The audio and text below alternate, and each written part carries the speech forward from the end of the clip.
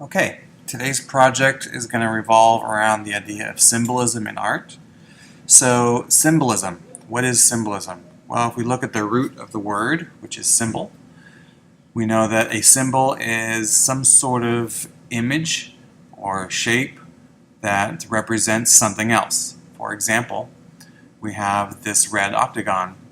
The red octagon is a universal symbol. It means stop. That symbol is universal. It can be read around the world as stop, even if you don't speak English, Spanish, or any other language. The symbol is universal. However, symbolism in art takes that idea of a symbol and it makes something deeper. It's images that are used in combination to create deeper meaning. So let's look at a few uses of symbolism in art. So if we look at this image from Salvador Dali, who liked to use lots of symbolism, we see lots of symbols. So a symbol would be something like a clock, or an ant, or a tree, and they're used in combination and changed to create symbolism. That's deeper meaning, to say something more about the world. So, for example, in this image, the clocks look like they're melting or draping over it like a drapery. And this might have lots of deeper meaning, such as the tendency of time not to be distinct, how we can sometimes feel time moves faster or moves slower, that our experience of time is not always set. This is painting by Salvador Dali, was a surrealist, and they often would learn from their dreams as inspiration for their art and thought of the dream world as a place to find truth. And many people describe their dream states as having odd shifts in their perception of time. Here's a more modern take. This is the Beatles album, Abbey Road. Lots of symbolism going on here. We see the Volkswagen Beetle over on the side there. That was a symbol often used that represented the band. The interesting thing about this album is it's the last album before this band broke up. And the designers of this album knew that. They actually recorded Abbey Road just before they broke up, but before the album was released. So this album was released when the band was broken up. And so there's lots of symbolism here, such as all the members crossing the street, Abbey Road, away from their studio, all dressed differently. We see here that Paul has no shoes on, reflecting a difference in personality from all the others. And so there's lots of symbolism that kind of represents each of these figures of music going their separate ways. Here's a work of art from the Baroque period. We see, again, lots of symbolism with color and shape. The skull is a clear symbol of death, used in this manner. We see here in this image of St. Peter, where St. Peter is probably looking over the lives of people in his books, trying to determine who's worthy of entering the pearly gates. There's symbolism of color. If you notice, the left hand of the paper or of the canvas is mostly white, whereas the other side is mostly red and warm, which may have symbolism of warmth or caring on that side and coldness and death on the other. Another more modern album cover. Here we have DJ Snake walking through the desert and seeing the subway entrance, which could be symbolic of a number of different things. What do you think it's symbolic of?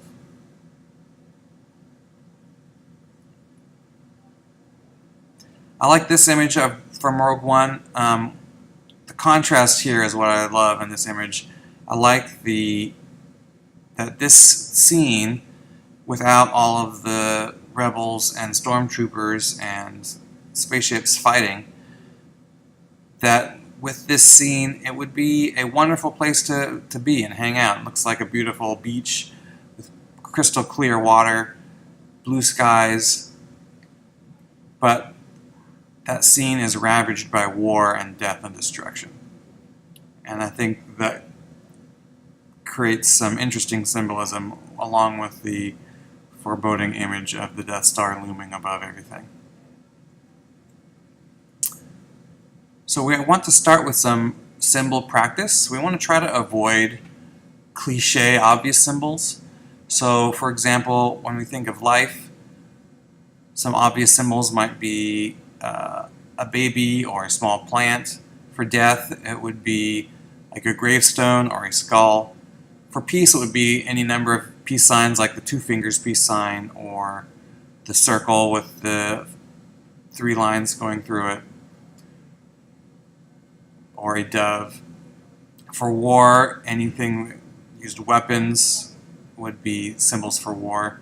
So the challenge is try to draw an image that symbolizes each of those things without using the standard images that we just talked about. So don't draw any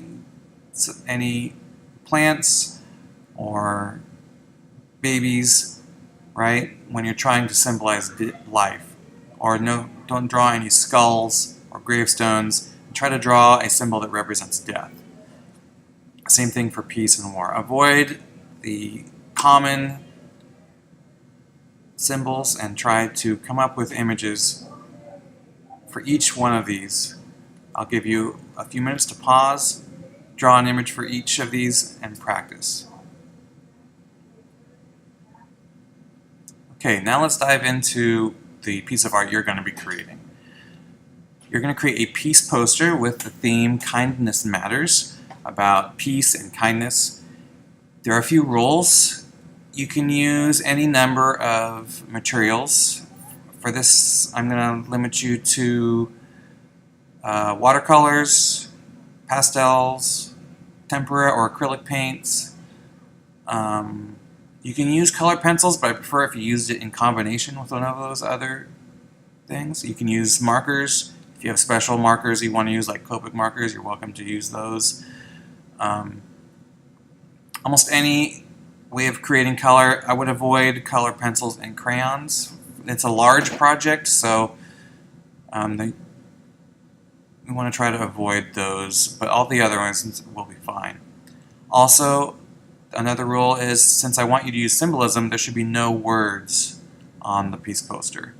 So I want you to only use images to convey your ideas.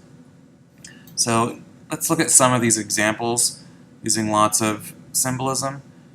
If you look here, one of my favorite pieces of symbolism on this one is the white dove in the background, which could also be seen as the chins of two people kissing, where their lips meet right at the edge of the top of the picture, which I think is a nice kind of dual meaning in that negative space.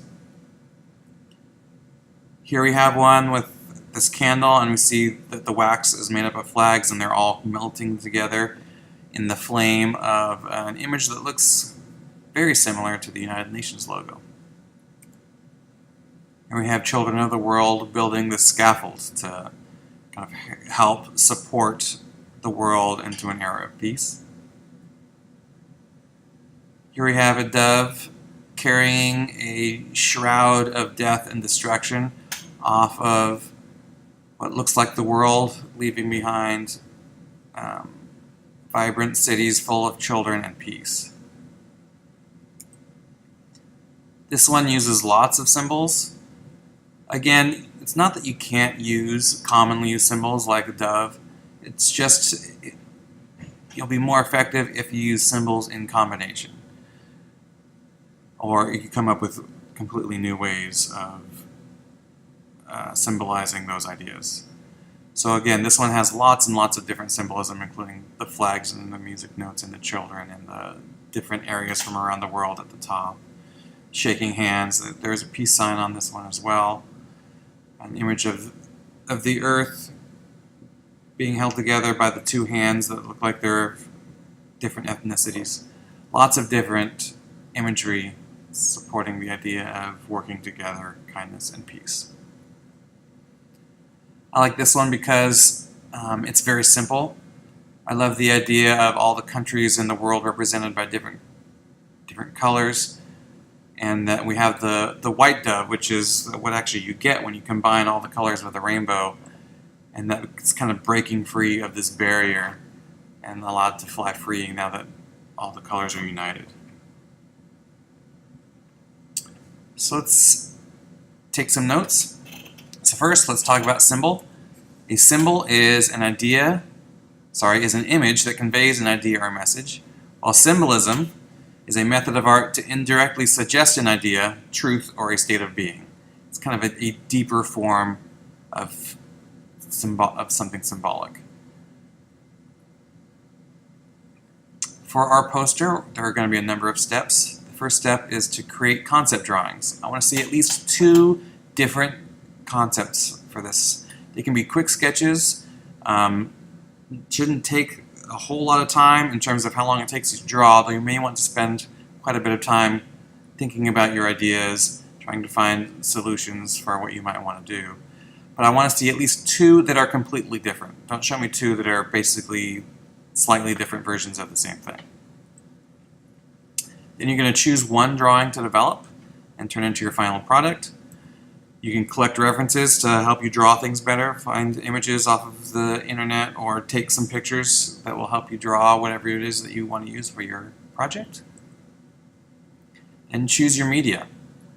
Are you going to use paint? Are you going to use pastels? Are you going to use watercolors? What will be your media of choice?